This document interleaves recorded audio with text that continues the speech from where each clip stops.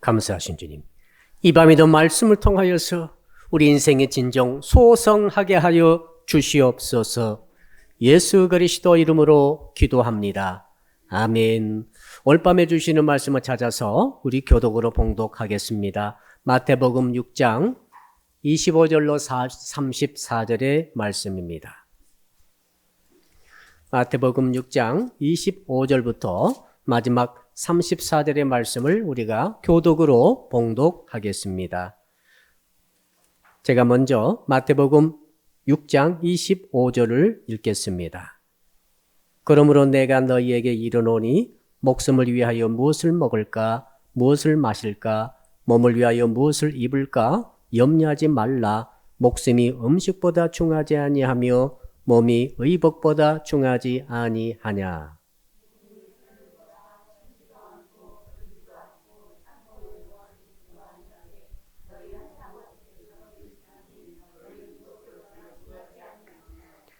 너희 중에 누가 염려함으로 그 키를 한 자라도 더 할 수 있겠느냐.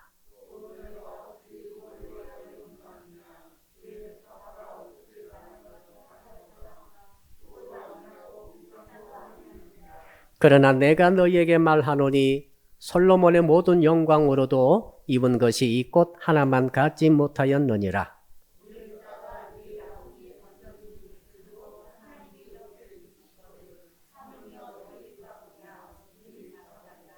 그러므로 염려하여 이르기를 무엇을 먹을까, 무엇을 마실까, 무엇을 입을까 하지 말라.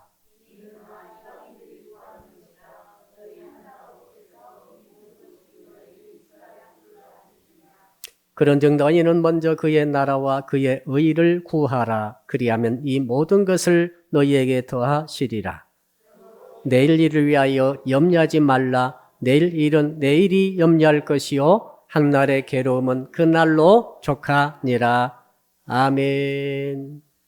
오늘 주신 말씀의 제목 같이 따라하겠습니다. 물질 염려를 이기는 신앙을 가집시다. 옆사람 인사합시다. 돈 걱정 좀 하지 마세요. 그래, 돈 걱정을 안 할 수가 없는데 돈 걱정을 하지 말라고 주님이 너무나 강력하게 말씀하시니 이게 웬일이야. 우리가 지금 이 말씀은 여러 차례 우리가 설교를 제가 드렸고 말씀을 들었습니다. 그러나 우리 인생들은 너무 염려가 많아요. 유치원생들도 염려 있죠?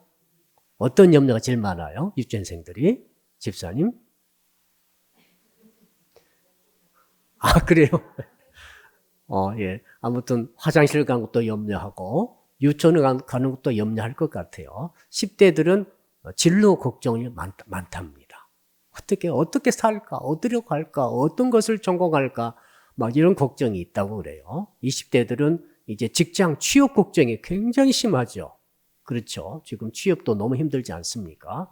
30대는 이제는 취업을 했다 칩시다. 취업한 다음에 이제 어떻게 살 것인가? 집을 어떻게 얻을 것인가? 집 얻는 게 큰 문제예요. 그러니까 결혼도 못하고 그러지 않습니까? 40대가 되면 이제 자녀들 걱정이 이제 시작됐죠. 어떻게 자녀를 키울 것인가? 자녀들이 정말 천방지축이고 하나 둘밖에 없기 때문에 너무 귀한 자녀들인데 정말 그 자녀를 키운다는 게 보통 염려거리가 아닙니다. 50대가 되면 이제 자녀가 커가지고 자녀 그 다음 그러니까 이제는 뭐 결혼 문제라든지 자녀들의 취업 문제라든지 자녀들이 집 사는 문제 이 문제가 계속 부모 50대들의 걱정거리라고 그렇습니다. 60대는 이제 노후 문제 걱정이 시작되죠. 어떻게 노후를 살 것인가? 어떤 어머니가 돌아가시게 됐는데 염려를 그렇게 하는 거예요. 병원에 가보니까 먼저 집에 있는 남편, 아버지죠? 아버지를 어떻게 누가 밥을 이제 어떻게 먹일 것이냐, 어떻게 챙길 것인가. 그래서 그 걱정하시는 거죠. 자녀들이 생각할 때는 걱정 안 했으면 좋겠는데. 걱정해보았자 당신이 할 것도 아니고 이제 돌아가시게 생겼는데 걱정만 하고 있어요. 남편 걱정을 해서 뭐합니까? 그 다음에 이제 아들 걱정하죠. 아들 걱정하면서 야 너는 자녀가 하나인데 아들만 하나 더 낳아라. 별 걱정을 다 하다가 이제 그다음 딸 걱정하죠. 딸은 아직 출가를 안 했어요. 그래서 야, 너 출가를 해. 네가 출가를 하는 걸 보고 내가 죽어야 할 텐데 네가 지금 아직도 시집을 안 가가지고 이 말하니까 딸은 또 기분이 굉장히 안 좋습니다. 진짜 자기가 부러져 된 것 같아요. 그렇죠. 내가 엄마를 저렇게 불행하게 돌아가실 때까지 편히 못 돌아가시도록 저렇게 염려 걱정에 쌓여가지고 정말 저렇게 꼭 돌아가셔야 되는가. 알고 보니까 마지막 순간까지 걱정만 하시다가 가셨어요. 그러니까 어머니가 아버지가 돌아가실 때는 이렇게 유언을 남기고, 그렇죠? 너희들 이렇게 살아라라든지 한마디 그런 말이라도 하고 가셔야 될 텐데 그런 말도 별로 못하고 걱정만 엄청나게 하고 돌아가셔 버리니까 너무 이상하더래요. 저는 성도 여러분들이 돌아가실 때 걱정하지 말고 돌아가시길 바랍니다. 어차피 죽으면 싹 잊어버려요. 자녀가 뭐가 아무 소용 없어요. 무슨 소용이 있어? 내가 죽는데 염려 걱정 아무것도 할 필요 없어요. 죽고 걱정하지 마세요. 핵폭탄 터질 걱정하지 마세요. 경제 잘 때는 뭐 걱정해서 뭐해요? 나 지금 죽는데. 자녀손 아무 걱정하지 마세요. 자녀손들은 별로 걱정 안 해요. 그냥 신앙적인 인생에 다 담긴 한마디 유언을 남기시고 자녀들이 이걸 지키고 살면 좋겠다. 천국에서 보자. 이렇게 가면 최고지. 걱정, 근심 말라는 거죠. 근데 실제는 그렇지 않아요. 여러분 이제 나중에 돌아가실 때 제가 보겠습니다. 네. 다 나보다는 더 빨리 돌아가실 것 같으니까 제가 다 보겠어요. 돌아가실 때 정말 걱정하고 돌아가시는지 염려 하나도 없이 목사님 너무 감사해요. 자녀들에 다 유언하고 이렇게 살아라. 인생은 그런 거야. 라고 믿음으로 담대히 가야지 걱정, 근심. 산같이 하고 가면 자녀들이 마음이 불편하잖아요. 어머니께, 아버지께 우리가 불효했구나. 이렇게 걱정하고 돌아가시다. 고양이도 근심하면 죽는다. 영국의 속담이래요. 근심은 사람을 죽이죠. 염려는 사람을 죽이는 거죠. 이게 성경에서 왔습니다. 그래서 우리는 염려하지 말아야 되는데 그 염려 가운데서도 가장 큰 분야가 뭐냐면은 물질 염려예요. 2020년도 경찰청에서 자살하신 분들의 통계를 내봤더니 1위가 이제 우울증 같은 거, 정신적인 증상. 이건 어쩔 수가 없죠. 이건 정말 치료받아야 되는 것이고, 이걸 제때 치료 못 받고 관리 못하면 어렵게 될 수 있죠. 이거 빼고, 그러니까 정신적인 증상 빼고 최고로 많이 퍼센테이지 차지한 자살의 원인은 경제 원인이에요. 오늘 또 서울에서 서대문구에선가 두 모녀가 발견됐습니다. 1년 이상 의료보험도 못 내고 있었고, 주소를 옮겨가지고 신고를 안 하면은 이 사람들 어디 사는지를 국가에서 찾지 못하므로 나중에 몇 달 지나가지고 발견되는 거죠. 문제는 경제 문제예요. 너무너무 안타깝죠. 그러니까 이 경제 문제, 돈이 없어서 경제가 안 돌아가서 살기가 먹고 살기 자체가 힘드는 이런 상황에 내가 직접 맞닥뜨렸을 때는 다 우리는 이해를 하는 거죠. 너무 어렵겠다. 살기가 너무너무 어려운 거죠. 그러면은 우리 사람이라는 게 소망이 있어야 되는데 소망이 없고 절망이다. 이제 도저히 어떻게 돈을 벌 수도 없고 누가 도와주지도 않고 어떤 길이 없다. 이 물질적인 길이 딱 막히면 말이야 사람이 절망이 오죠. 이제 절망이 오는 거죠. 몸도 아프고 도와줄 자도 없고 일자리도 없고 경제적으로 완전 막혔다 하면 사람이 이제는 좌절과 아울러서 절대 절망이 오게 되면은 아주 어렵게 되는 거죠. 자, 지금도 이렇게 경제 문제가 굉장히 큰 문제지만은 예수님 당시도 그랬어요. 무려 2000년 전에 그 팔레스타인 지방에서도 그렇게 많은 사람들이 물질 때문에 고생하고 고통하고 근심하고 염려하고 어떻게 먹을 것인가, 어떻게 입을 것인가, 어떻게 살 것인가, 이 걱정 때문에 너무 많은 사람이 고통 중에 있기 때문에 예수님께서 이제 이 땅에 오셔가지고 하나님의 나라의 복음을 선포하지 않습니까? 산에 올라가셔가지고 산상순이라고 하는 가장 핵심적인 기독교의 말씀을 이제 선포하시는데 그 중에 6장, 오늘 마태 6장, 5장, 6장, 7장이 마태 산상순인데 그 중에 3분의 1, 6장 전체가 물질에 관한 거라.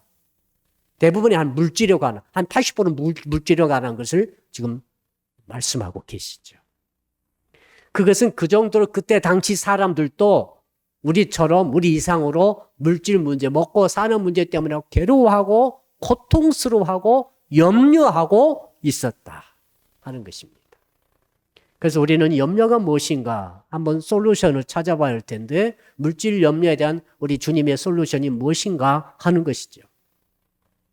우선 염려라는 뜻이 세 가지가 있는데 이걸 우리가 알아야 되겠습니다. 염려 정체로 알아야 될 것 아닙니까? 염려라고 하는 것은 뭐냐? 첫째 어떤 뜻이 있는가 하면 따라 할까요?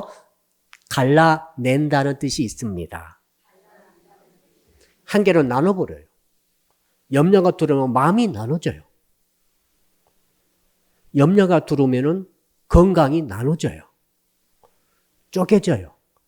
염려가 들어오게 되면 평안이 쪼개져서 그때부터 잠을 못 자요. 잠 안 옵니다. 진짜 염려하면 잠 옵니까? 안 옵니까? 잠 밤새 안 와요. 이상합니다. 염려가 마음을 쪼개고 숙면을 쪼개고 평안을 쪼개고 육신의 건강을 쪼개서 병이 찾아오기 시작합니다. 이렇게 염려가 쪼개버린다 이거죠. 나눠버린다는 거죠. 믿음이 흔들려버려요. 믿음이라고 해서 마음으로 믿어. 마음이 이렇게 쪼개지면 믿음이 안 생겨요. 마음이 온전해져야 마음 안에서 믿음을 갖고 신뢰하고 나갈 때 믿음 생활을 하게 되는데 염려가 너무 심한 분들은 이 마음이 쪼개져 있기 때문에 믿음이 발생되지 않습니다. 믿는 것 같은데 믿음 하나도 없어요. 그러니까 의심과 염려 속에 염려와 의심이 같이 가면서 결국 믿음도 못 갖고 평안도 못 얻고 잠도 못 자고 더 나아가 모든 것들이 이제 쪼개지기 때문에 관계도 쪼개지고 이런 일이 일어난다는 것이죠. 한번 또 따라합시다. 염려는 물어뜯다라는 의미입니다. 염려할 때 염려할 려자는 호랑이 호자에다가 생각 사자예요. 한자로. 호랑이 호자 밑에 삼각 사자가 밑에 들어가 있거든요. 무슨 뜻입니까? 호랑이 생각하는 것이 염려라 이거죠. 옛날 호랑이가 얼마나 무서웠습니까? 호랑이가 무서웠잖아요. 그러면 호랑이를 생각하면서 호랑이에게 잡혀가면 어떻게 할까 덜덜덜 떨고 호랑이 생각하면서 염려하고 걱정하고 두려워하고 불안해하고 이런 상태, 이게 염려라는 거죠. 물어뜯기는 거죠. 염려는 물어뜯어요. 염려하게 되면 상처를 받아요. 누가요? 누가 나를 때린 게 아닙니다. 내가 스스로 나를 상처내는 것이 염려다. 자해하는 거 아시죠? 내가 칼로 나를 몸을 벤다. 내가 나를 찌른다. 자해죠. 근데 염려가 뭐냐면 자기가 자기를 찌르는 것이래요. 야, 이게 얼마나 지독합니까? 염려처럼 나쁜 게 없을 것 같아요. 그래서 누가 아무도 나를 공격 안 하는데 나는 공격받은 거죠. 아무도 나를 때리지 않는데 나는 맞아가지고 아파 죽겠는 거예요. 혼자 끙끙 앓고 밤새 잠도 못 자고 누가 나를 찌르지도 않는데 말을 칼로 맞는 것처럼 그 정신적으로 피를 철철 흘리고 쓰러져 있는 거예요, 지금. 이게 염려의 뜻 자체입니다. 염려 지독하죠? 예. 세 번째 뜻이 있습니다. 따라합시다. 목을 조른다는 뜻이 있습니다. 다 지독한 거죠. 목을 조르면 숨구멍이 막히는 거죠. 사람이 숨을 쉬어야 살잖아요. 이태원에서도 1분 딱 하니까 기절하더라는 거예요. 이 지독한 거죠. 이게 가슴을 눌려버리면 숨 못 쉬면 사람은 바로 기절하고 바로 죽는 거죠. 자, 그러니 근데 염려가 숨구멍을 막는다는 뜻이 있는 거죠. 모든 순환을 혈액의 순환을 막고 호흡의 산소의 순환을 막고 내 체액의 건강에 체액이 계속 돌아야 되잖아요. 이게 순환을 막고 여러분 다리가 퉁퉁 부으시고 팔이 붓고 이럴 때 있잖아요. 이게 왜 그런지 아십니까? 순환이 잘 안 된 거죠. 그래서 또 사우나를 자주 하면 좋은데 어떻게 또 사우나를 날마다 가겠어요? 이 염려가 오게 되면은 모든 분야의 순환을 막아버리기 때문에 질병에 굉장히 약해지게 됩니다. 이거 아니까 이 설교를 준비하면서 제가 정신이 바짝 났습니다. 정신 분석학자 포돌스키라는 분이 이런 말을 했어요. 염려는 우리 몸에 유익한 세포들을 죽이고 독성의 세포를 활성화시킨다. 특별히 암이 들어왔을 때 항암세포가 그 암세포를 잡아먹게 되므로 우리가 암을 이기게 되는데 항암세포 자체를 죽이는 것이 염려다. 염려가 재료에 있고 항암세포를 잡아먹으니까 암을 이길 수 없게 된다. 반대로 말하면 염려하게 되면 암에 너무 취약하게 된다. 이것을 내가 준비하면서 절대로 오늘부터 오늘 이 순간부터 염려 끝 해버려야겠다. 저는 그런 생각을 했어요. 따라합시다. 염려 끝이다. 여러분 염려한다고 해서 돈 생기면 염려하겠어요? 돈 하나도 안 생겨요. 키가 1cm도 안 자라요. 뭐 생김도 없고 키도 안 자라고 좋아진 것도 하나 없고 오히려 몸은 건강이 나빠지고 모든 정신적인 평화도 꺼져버리고 다 그런데 왜 염려하느냐 이거죠. 왜 그런지 아십니까? 습관이 된 거예요. 어릴 때부터 습관이 돼가지고 염려하고 하다 보니까 염려하는 인생이 다 돼버렸다 하는 것이죠. 자, 그래서 우리는 오직 이럴 때는 간 것이 있죠. 예수님의 말씀으로 찾아가야 할 줄로 믿습니다. 예수님이 솔루션이죠. 예수의 말씀이 해답이에요. 자, 그러니까 우리는 그 예수의 말씀으로 늘 어려울 때 가야 돼요. 어려울 때 한강 다리 가면 안 됩니다. 어려울 때 포장마차 가면 안 되는 거예요. 어려울 때는 주님께 가야 돼요. 어려울 땐 기도로 가세요. 알았죠? 여러분이 어려울 때 있죠? 혹시 잘못하고 실수해서 어려울 때 있죠? 죽으라고 기도하세요. 아멘. 말씀부터 그 기도하세요. 예배 자리에 나오세요. 정말 기도에 힘써서 기도하세요. 어려울 때. 염려가 막 쏟아지고 올 때. 다음에 때로 염려가 딱 될 때 있죠. 염려 붙잡히면 자기 전에 염려하지 마세요. 특히 잠자기 전에 염려하게 되면은 아주 잠을 못 자게 돼요. 그러니까 잠자기 전에는 아무것도 염려하지 말고 주무셔야 되는데 염려가 와버렸다. 어차피 잠이 안 온다 그러면은 죽으라고 기도하는 거예요. 그냥. 몇 시간이요. 기도해요. 기도하는 자 주께서 살펴주시죠. 왜 그런가 하면 기도한다는 것은 주님께 솔루션을 구하는 거죠. 주님께 가는 거죠. 기도 자체가 주님께 가는 거예요. 그러니까 죽으라고 기도하면 잘 몰라도 신앙이 별로 없는 것 같아도 열심히 기도하고 죽으라고 기도하는 가운데 주께서 뭐라고 인정해 네가 나에게 왔구나. 딸아, 아들아, 네가 나에게로 왔구나라고 인정해 주시고 뭘 주십니까? 해답을 주시고 해결책, 솔루션을 허락해 주시는 줄로 믿습니다. 자, 그러면 오늘 또 우리는 물질의 염려가 있는데 이거 솔직히 인정합시다. 다 염려가 있어. 그런 염려를 가지고 이 시간에 주님께 나왔습니다. 주님 어떻게 말씀해 주십니까? 라고 이제 오늘 말씀을 보는 거죠. 한번 따라합시다. 염려는 인간만 한다는 것을 알아야 합니다. 자, 하나님의 피조물이 인간도 있고 동물도 있고 식물도 있잖아요. 자, 인간, 동물, 식물 중에 염려하는 것은 인간만 염려하고 있다. 동물은 저 하늘을 공중을 나는 새를 보라. 예수께서 하신 말씀이에요. 저 새를 보라. 그러니까 다 새를 봤지 않겠어요? 예수님 새가 지금 날아가고 있습니다. 짹짹거리고 날아가고 있습니다. 했더니 주께서 뭐라고 하시는가 하면 저 새는 거두지도 않았는데 뭘 거두잖아요. 하나님께서 기르신다. 이렇게 말씀하셨어요. 그러더니 이제는 옆에 이제 들백합화가 있었어요. 이 들백합화를 보라. 또 다 봤어요. 지금 꽃이 피었습니다, 주님. 그랬더니 주께서 뭐라고 하시는가 하면 이 백합화가 말이야 수고도 않고 길쌈도 하지 않고 옛날 그때 당시 돈 버는 노동을 말해요. 기본적인 노동이 그 길쌈하는 거 아닙니까? 수고하고 기싸움도 하지 않은데도 하나님께서 입혀주신다, 지금. 옛날에는 옷이 너무 귀했어요. 옷이 없으면 추워서 죽어요.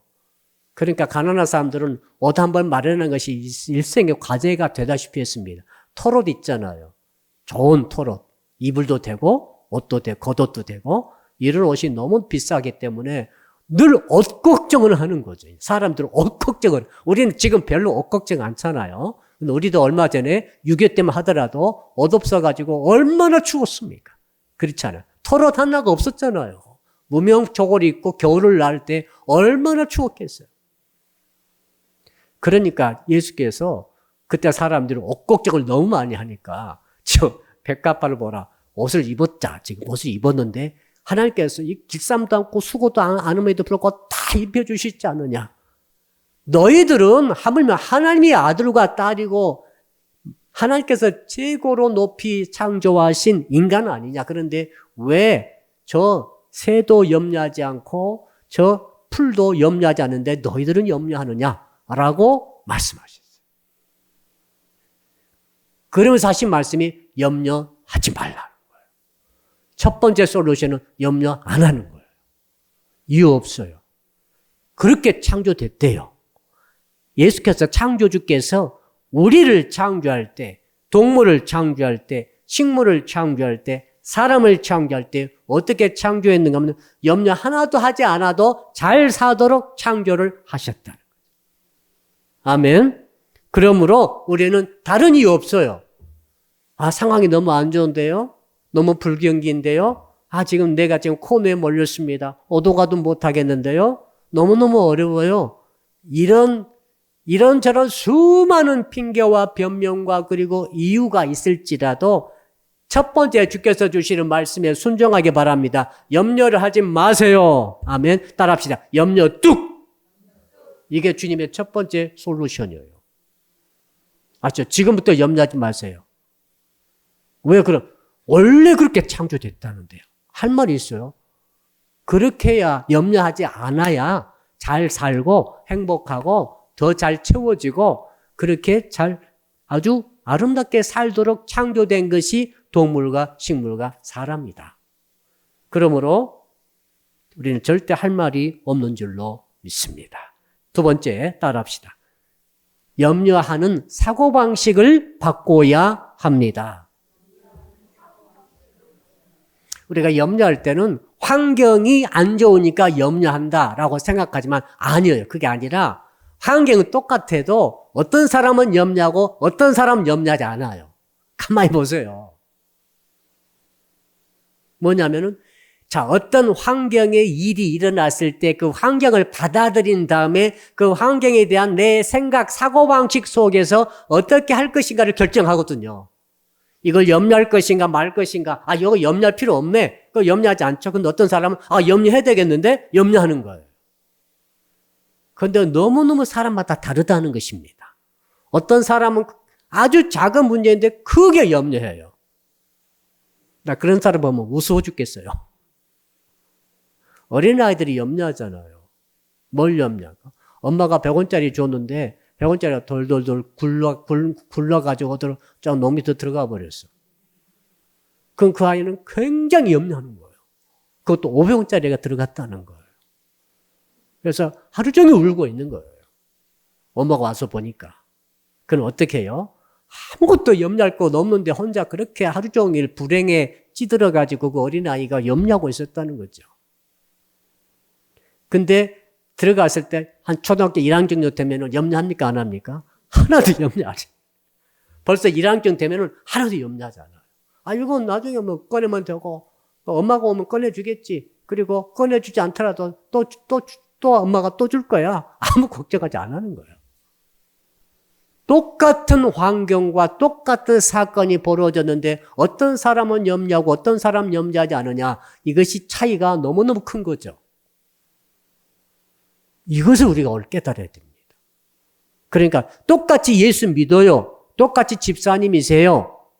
똑같이 교회 다니는 오래 세례받은 청년입니다. 그러나 어떤 청년은 똑같은 문제에 염려 하나도 하지 않고 행복하고 즐겁고 감사하게 믿음으로 살아가고 어떤 사람, 청년은 그렇지 않고 어떤 이 집사님은 크게 염려하고 얼굴이 인상이 쓰고 얼굴 색깔도 안 나고 잠도 못 주무시고 이런저런 시름시름 이렇게 살아가시는 분도 계시더라.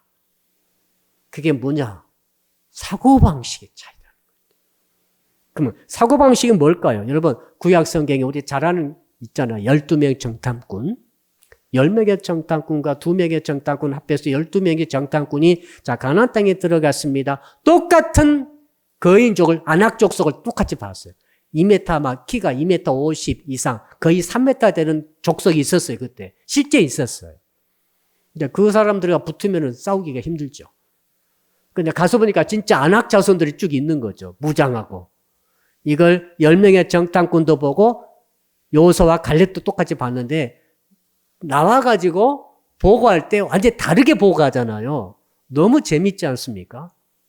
똑같은 사건이 내게 터졌는데 왜 이렇게 받아들일까? 자, 10명의 정탐꾼은 야 저들을 보니까 너무너무 기골이 장대의 거인 족속이고 야 그러니까 우리 저들이 비교하니까 우리는 메뚜기 같더라 라고 메뚜기 컴플렉스, 메뚜기라고 자기를 본 거죠. 메뚜기는 어떻게 됩니까? 메뚜기 탁 치면 죽잖아요. 자기들은 메뚜기 같다는 거죠. 근데 12명의 여호수아와 갈렙은 정반대로 말을 했어요. 하나님이 저들이 비록 기골이 장대하다 할지라도 거인족이 있다 할지라도 여호와께서 우리를 들어가도록 말씀하셨기 때문에 하나님께서 함께 하시면 우리가 이기리라.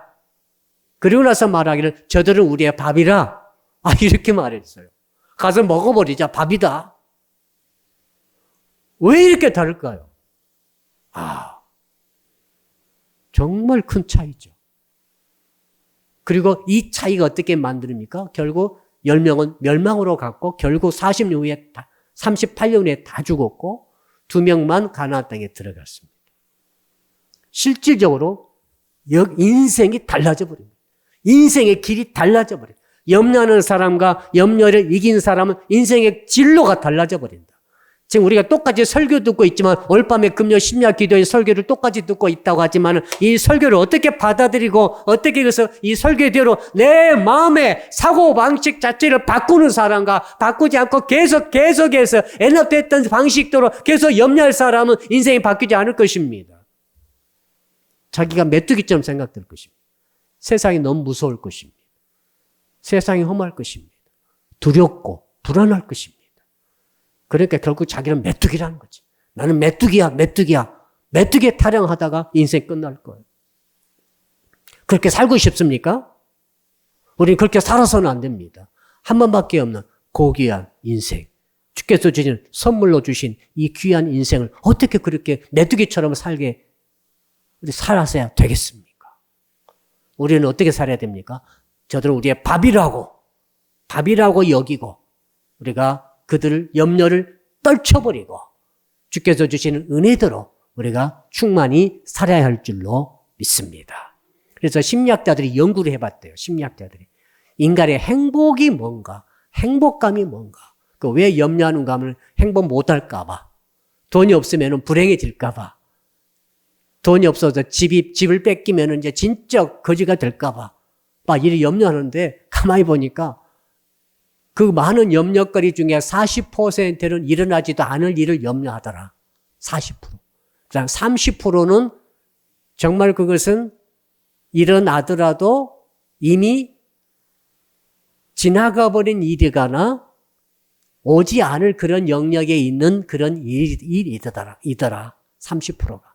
22%는 일어나긴 일어날 수도 있는데 아주 시시한 일이더라.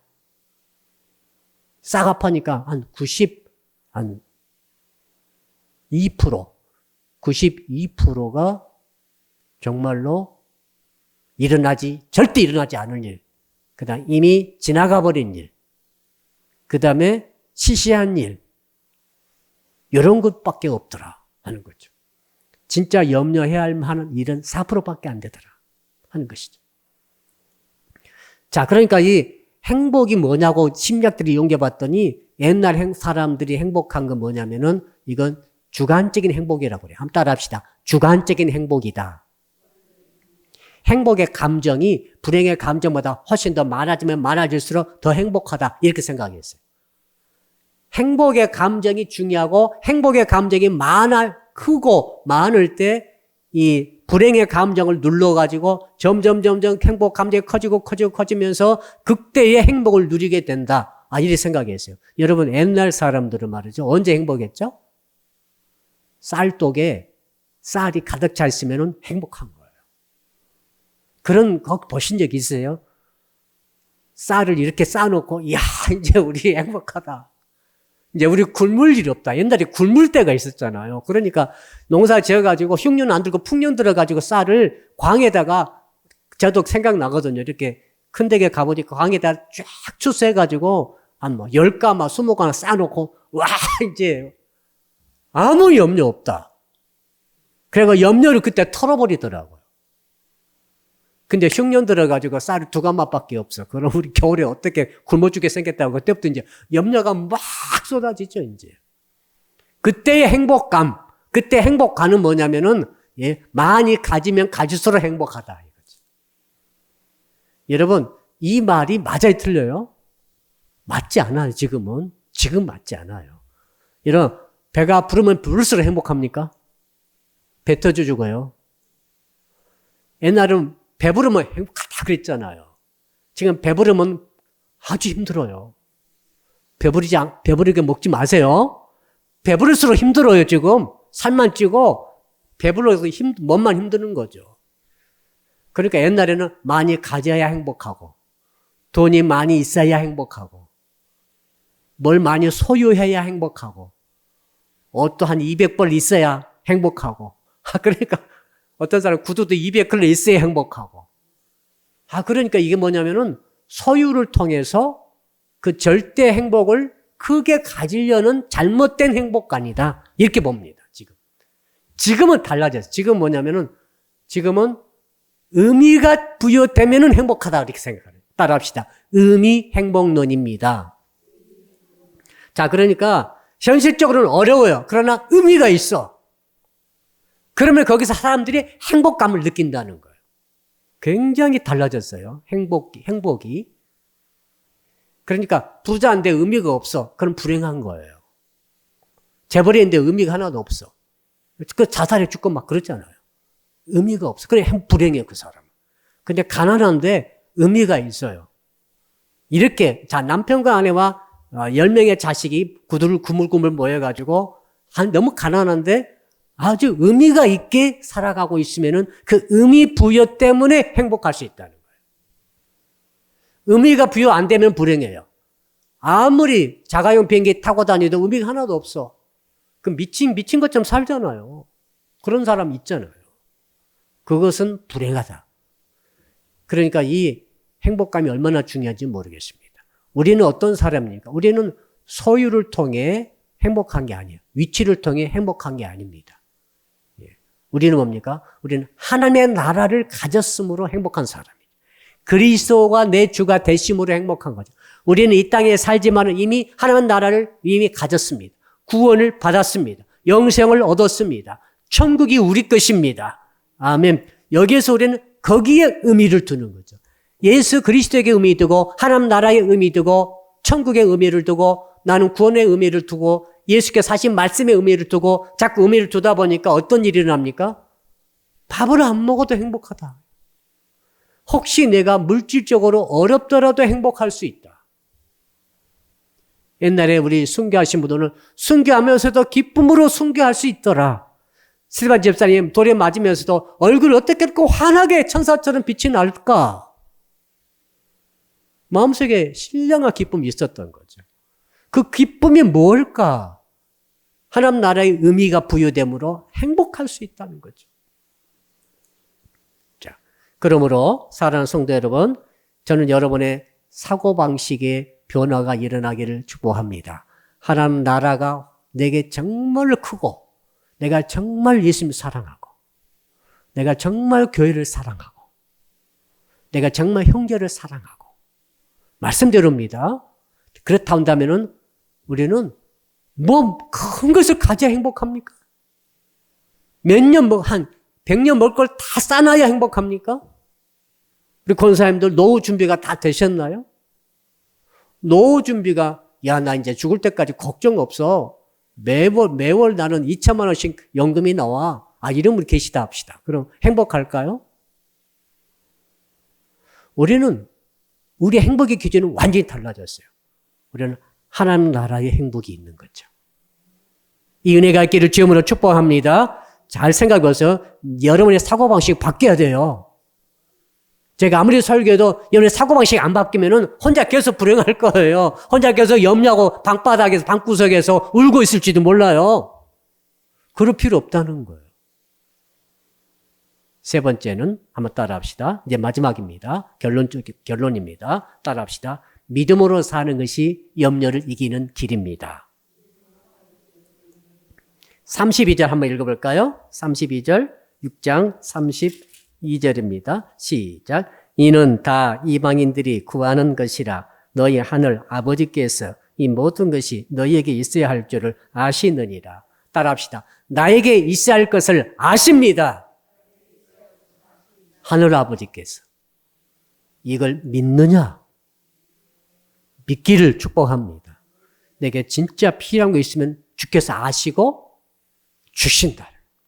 확실히 주신다. 내게 정말 쌀이 필요하면 쌀을 주시고, 돈이 필요하면 돈을 주시고, 내게 정말 집이 필요하면 집을 주시고. 왜 아멘 안 하십니까?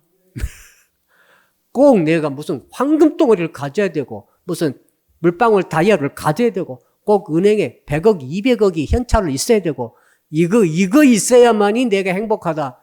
그 행복의 가치관이 변화되기까지는 행복이 없어요. 아셨죠, 여러분? 100억 모으면은 행복한 게 아니라 또 200억 구해요.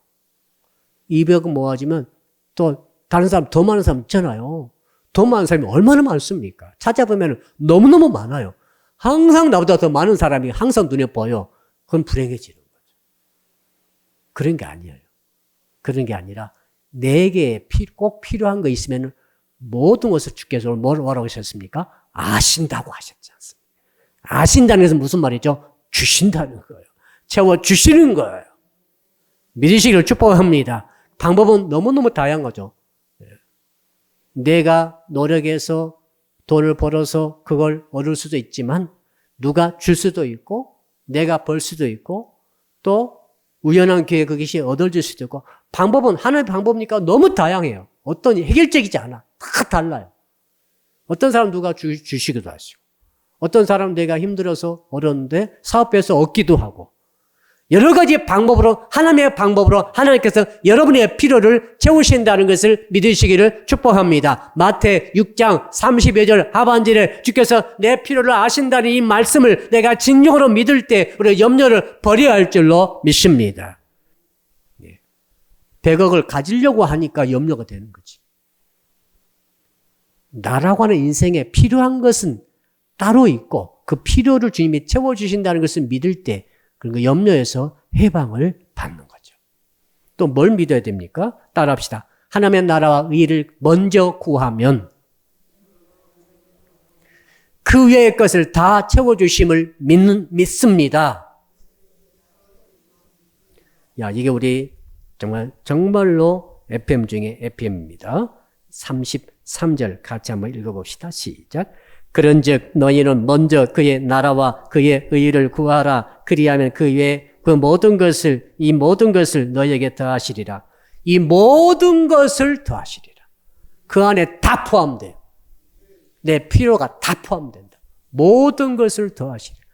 가정 문제, 자녀 문제, 건강 문제, 돈 문제, 또 무슨 문제 있죠? 집 문제, 또 옷 문제, 또 무슨 문제 있죠? 뭐 주식 문제 다 포함. 아무튼 포함 안 된 게 하나도 없어. 모든 물질에 관한 모든 것을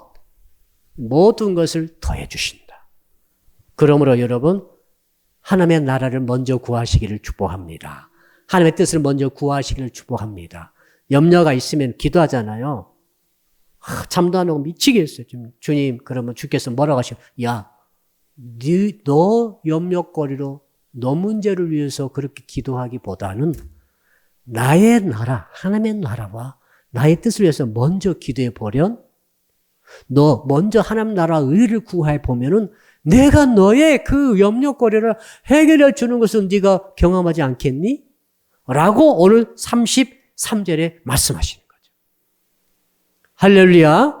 여러분, 그러므로 먼저 하나님의 나라와 의를 기도로 구하시고 실질적으로 하나님의 나라와 의를 위해서 힘쓰시고 헌신하시고 성도를 섬기시고 교회를 위해서 충성하시기를 주름으로 축복합니다. 이 33절 말씀 때문에 하나님의 전에 교회에 충성을 다하는 자, 헌신하는 자, 돕는 자, 주의 종들을 도와서 주의 나라를 위해서 힘쓰는 자, 이들에 대해서 또 기도할 때도 기도도 마찬가지입니다. 내 기도만 하는 게 아니에요. 내 염려가 날 백날 기도해도 안 되는 거죠. 하나님의 나라를 위해서 기도와 하나님을 위한 기도가 정말로 쏟아질 때, 내 중심에서 쏟아져 나올 때 내 모든 것을 하나님이 더해 주시다는 것을 믿으시기를 바랍니다.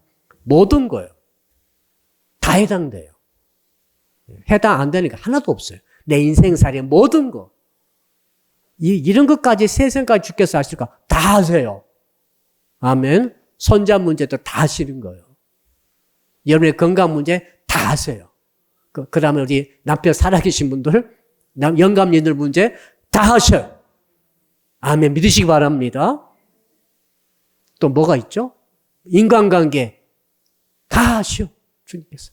내 혹시 우리 수치심, 모멸감, 세상에 살다 보니까 그런 일이 굉장히 많아. 기분 나쁘게 하는 거 막 상처받은 거. 다 거기 포함됩니다. 먼저 하나님의 나라와 의를 구하면 주께서 싹 해주시는 거죠. 말 그대로요. 이 모든 것을 너희에게 더하시리. 이것은 외워버리세요. 아멘. 다 외우려면 복잡하면 뒤에 것만 딱 외우세요. 이 모든 것을 너희에게 더하시리라. 이 모든 것을 너희에게 더하시리라. 따라합시다. 이 모든 것을 너희에게 더하시리라. 우리 청년들 제가 설교했었는데, 알려드렸었는데, 묵상을 하면은 파워가 나온다. 읽으면 배만 부르고 배가 부르죠. 읽으면. 성경 많이 읽으면 배가 불러요. 설교를 많이 들어도 배가 불러요. 근데 힘이 나려면은 소화가 돼야 되잖아요. 묵상이 돼요. 이 한 귀절, 한 어절, 이 모든 것을 너희에게 더하시리라. 이 모든 것을 다미에게 더해 주시리라. 신담이 자기 이름을 놓으세요. 이 모든 것을 정분이에게 더하시리라. 미안합니다. 박정무 권사, 이 모든 박정무 권사님에게 나에게 더해 주시리라. 이걸 아무튼 누가 뭘 하게도 상관없어요. 왜 그렇게 예수 믿냐? 소용없어요. 말씀이잖아요. 아멘? 하늘이 꺼지고 땅이 무너져도 말씀이잖아요. 말씀은 틀림없어요. 내가 이 말씀을 믿는다는데 누가 뭐라는 거예요? 내가 믿고 기도하고 이 말씀에 따라 하나님 나라 의를 위해서 죽도록 충성하면서 이 말씀을 믿고 끝까지 믿고 있으면은 정말 하나님께서 모든 것을 더해 주시는 은혜를 반드시 경험할 줄로 믿습니다. 이게 믿음이죠. 마지막으로는 34절입니다. 한 번만 읽읍시다. 34절 시작. 그러므로 내일 일을 위하여 염려하지 말라. 내일 일은 내일이 염려할 것이요 한날의 괴로움은 그날로 족하니라. 주께서도 염려거리가 많다는 것을 아셨어요. 내일 일은 하나도 염려하지 말라. 내일의 영역은 내 영역이 아니에요. 여러분, 내일까지 여러분이 이 지구인으로 살아있을지 없을지를 아무도 몰라요. 진짜요. 아무도 몰라요. 예. 그러니까 이번 코로나 때도 수만 명이 돌아가셨잖아요. 그 3년 기간에 숫자를 제가 안 적어왔는데 한 4만 5만 가까이 돌아가신 것 같아요. 근데 그 가운데 말이죠. 진짜 훌륭하신 분, 안타까우신 분, 훌륭한 사업가도 돌아가시고 말이죠. 훌륭한 의사 선생님도 많이 돌아가셨어요. 절대 돌아가실 때가 아니에요. 내일 일은 몰라요. 왜 모르는가 하면 하나님의 영역이더라고요. 그러니까 내일 일은 어차피 염려하지 말고 내일이 염려하고 오늘 것만 지금 당면한 것만 염려를 하고 당면한 것을 해결해 가거라. 그런 뜻이죠. 한번 따라합시다. 내일을 주께 맡깁시다. 오늘 이 은혜가 있기를 주 이름으로 축복합니다. 두 손 높이 드시고 우리 한번 주여 부르고 10분간 말씀만 붙들고 간절히 기도하겠습니다. 여러분 염려의 세 가지 의미를 생각하십시오. 절대 염려 빠져들면 안 됩니다. 염려는 마음을 찢어버립니다. 인생을 찢어버리는 거, 목을 졸라버립니다. 순환이 막힙니다. 악한 것들이 생겨납니다. 여러분 이 염려는 말이죠, 정말로 물어 뜯어버립니다. 호랑이처럼 상처를 줍니다. 자해하지 마세요. 염려로 자기 죽이지 마세요. 자기를 칼로 찌르지 마세요. 염려는 말이죠, 어떻게 됩니까? 그러므로 우리는 예수의 말씀대로 우리의 사고방식을 바꿔야 됩니다. 여러분 염려는 바로 멈춰야 됩니다. 식물을 보세요. 동물을 보세요. 누가 염려합니까? 사람만 염려합니다. 염려 멈추세요. 창조자의 섭리를 어그러뜨리지 마세요.